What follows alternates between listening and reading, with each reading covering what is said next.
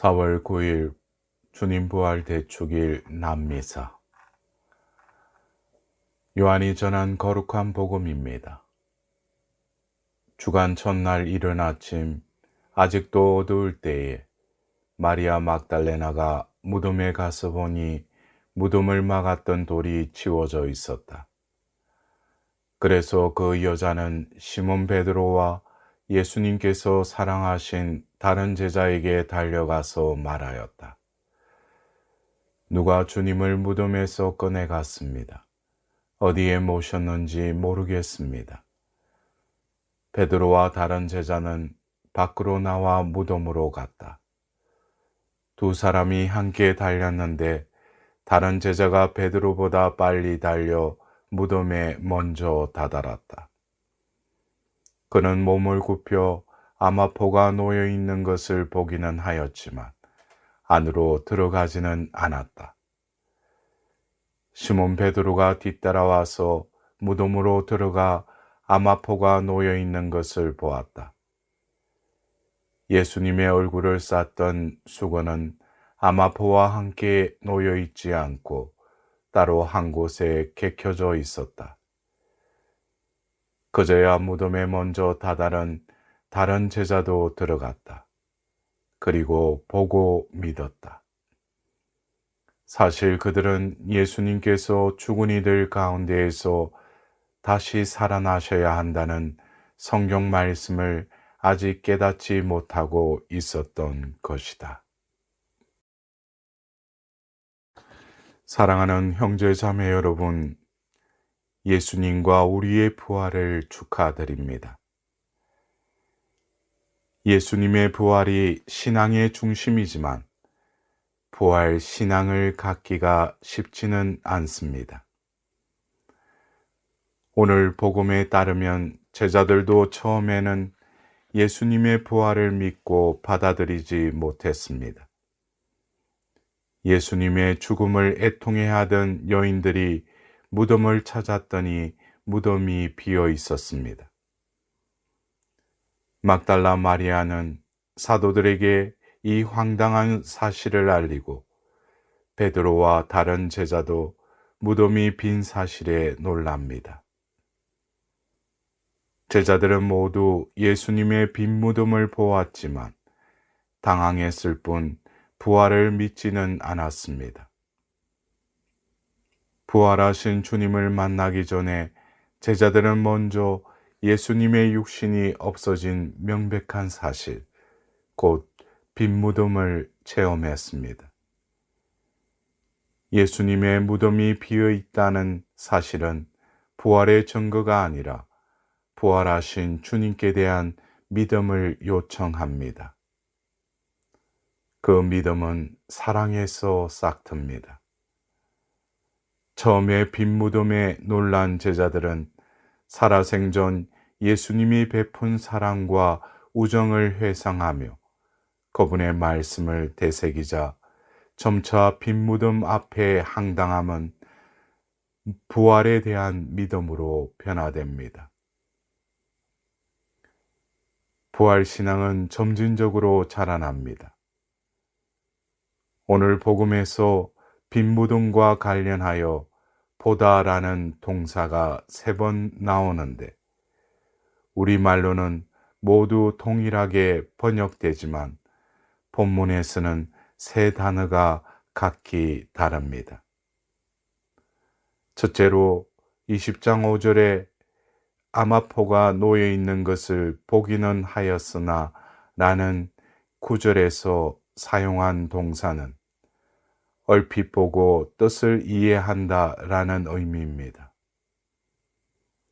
둘째로 20장 6절에서 베드로는 수의가 흩어진 것을 보았는데 라는 9절에서 사용한 동사는 보고 의문을 갖고 이해하기 위해 힘쓰는 태도를 뜻합니다. 마지막으로 8절에서 보고 믿었다라는 9절의 에이데는 보고서 무슨 일이 벌어졌는지 눈앞에 벌어진 현상을 넘어 그 속에 감춰진 실제를 깨닫는 단계를 뜻합니다. 부활을 설명하며 쓰인 단어인 보는 행위는 이처럼 점진적인 과정을 거칩니다. 부활의 신비를 처음에는 얼핏 보고 그 다음은 의문을 갖고 알기 위해 노력하다가 최종적으로 눈앞의 현상을 넘어선 깊은 뜻을 보게 됩니다. 부활 신앙은 고정적 무기물이 아니라 작은 시작에서 비롯하여 지속적이고 점진적으로 성숙하는 여정입니다. 이 여정에서 성숙의 관건은 예수님과의 친교입니다. 즉, 부활 체험은 얼마만큼 그분과 가까운가 하는 기준에 따라 깊어지고 충만해지는 여정입니다. 빈 무덤을 보고 믿었다라는 구절에서 제자들은 무엇을 믿었을까요? 이 표현 다음에 사실 그들은 예수님께서 죽은 이들 가운데에서 다시 살아나셔야 한다는 성경 말씀을 아직 깨닫지 못하고 있었던 것이다 라는 구절이 이어집니다. 제자들이 보고 믿은 것은 예수님의 부활 장면이 아니라 부활에 관한 예수님의 말씀이었던 것입니다. 제자들은 빈 무덤을 보고 그제야 예수께서 살아서 하신 부활하리라는 말씀의 진정성과 정당성을 믿게 되었습니다. 예수님께 대한 신앙은 객관적 사실의 증명으로 이루어지지 않고 모든 불가해한 상황에도 불구하고 성경 말씀을 신뢰하고 받아들이는 행위로 이루어집니다. 황당한 빈 무덤을 보며 예수님께서 이르신 말씀을 믿고 그 말씀에 담긴 약속을 믿음이 바로 부활 신앙인 것입니다. 예수님의 부활이 중요한 이유는 죽은 이후의 삶이 있기 때문이 아닙니다.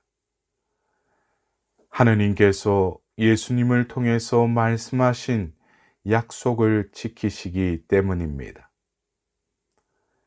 사랑하는 아들 예수를 향한 하느님의 헌신은 절대적이고 영원합니다. 우리 가운데 계신 하느님인 예수님께서 우리와 맺으신 약속 또한 절대적인 것입니다. 믿음은 이 약속의 말씀을 믿는 것입니다. 빈 무덤같이 공허한 세상이 아닙니다. 여전히 빌라도와 바리사이들처럼 힘센 이들이 득세하고 군중처럼 속이며 고발하는 이들이 넘치는 가운데 제자들처럼 비겁하게 주님을 외면하는 우리들입니다. 이 상황에서 빈 무덤은 실패와 절망의 흔적이 아니라 주님의 부활을 믿으라는 초대입니다. 빈 무덤 같은 현실을 보며 믿음의 용기를 청합시다. 마더 데레사가 자신의 방에 이런 경구를 붙여 두었다고 합니다. 세상 사람들은 불합리하고 비논리적이고 자기 중심적이지만 그래도 사랑하십시오. 당신이 선한 일을 하면 이기적인 동기에서 하는 거라고 비난받을 것입니다. 그래도 좋은 일을 하십시오. 당신이 성실하면 거짓된 친구들과 참된 적을 만날 것입니다. 그래도 성실하십시오. 당신이 선한 일을 하면 내일은 잊힐 것입니다. 그래도 선을 행하십시오. 당신이 정직하고 솔직하면 상처를 받을지 모릅니다. 그래도 정직하고 솔직하십시오. 사람들은 도움이 필요하면서도 도와주면 공격할지 모릅니다. 그래도 도와주십시오. 세상에서 가장 좋은 것을 주면 당신은 발길로 차일지 모릅니다. 그래도 가진 것 중에서 가장 좋은 것을 주십시오. 이 글을 예수님의 부활에 비춰 이렇게 읽어봅니다. 세상 사람들은 불합리하고 비논리적이고 자기 중심적이지만 그래도 사랑하십시오. 예수님의 사랑이 세상 어둠을 이겼기 때문입니다. 당신이 선한 일을 하면 이기적인 동기에서 하는 거라고 비난받을 것입니다. 그래도 좋은 일을 하십시오. 남을 위한 삶이 결코 헛일이 아님을 예수님의 부활이 증명하였기 때문입니다. 당신이 성실하면 거짓된 친구들과 참된 적을 만날 것입니다. 그래도 성실하십시오. 끝까지 성실한 예수님의 희생은 부활로 응답을 받으셨습니다. 당신이 선한 일을 하면 내일은 잊혀질 것입니다. 그래도 선을 행하십시오. 세상은 우리를 잊어도 부활하신 예수님께서는 결코 당신의 선행을 잊지 않으실 것이기 때문입니다. 당신이 정직하고 솔직하면 상처를 받을지 모릅니다.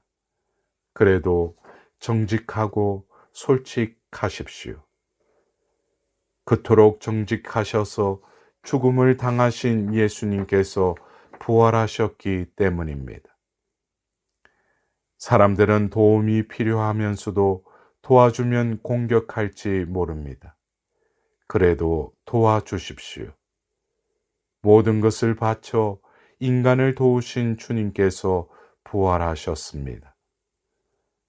세상에서 가장 좋은 것을 주면 당신은 발길로 차일지 모릅니다. 그래도 가진 것 중에서 가장 좋은 것을 주십시오.